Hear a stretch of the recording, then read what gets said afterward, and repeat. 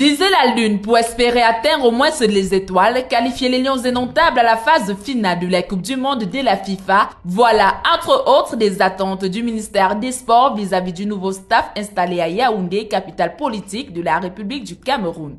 Après les résultats peu honorables à la toute récente CAN en Côte d'Ivoire, un sursaut est-il désormais nécessaire?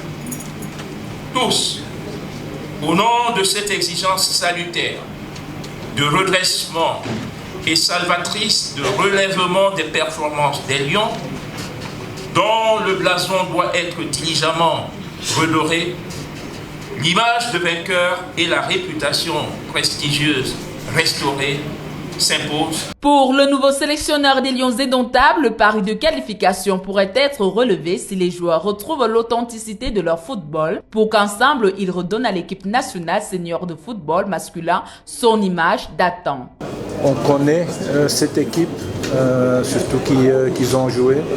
On a vu aussi des joueurs qui n'ont pas être titulaires.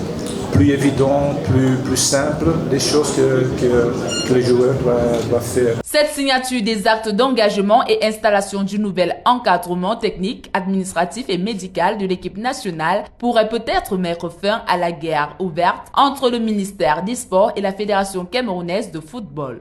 Le sport en général, le football en particulier, reflète l'organisation des États.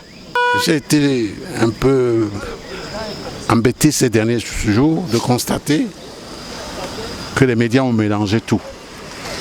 Jusqu'à mettre sur le même pied d'égalité l'institution de l'État et le rôle associatif de la fédération. C'est très grave. L'institution est régalienne. Une association ne saurait être régalienne. Nommé le 2 avril dernier à la tête de l'équipe nationale de football, Marc Brice remplace à ce poste le Camerounais Rigobert Song. Marc Brice a pour adjoint les Camerounais François Omambiik et Achou Cyprien Bosson. Notons que le président de la Fédération camerounaise de football, Samuel Eto'o-Fils, a brillé par son absence à cette cérémonie, évoquant comme raison la préparation des obsèques de son père. L'on se demande bien quelle valeur aura ce contrat qui a été signé sans lui. La suite nous le dira.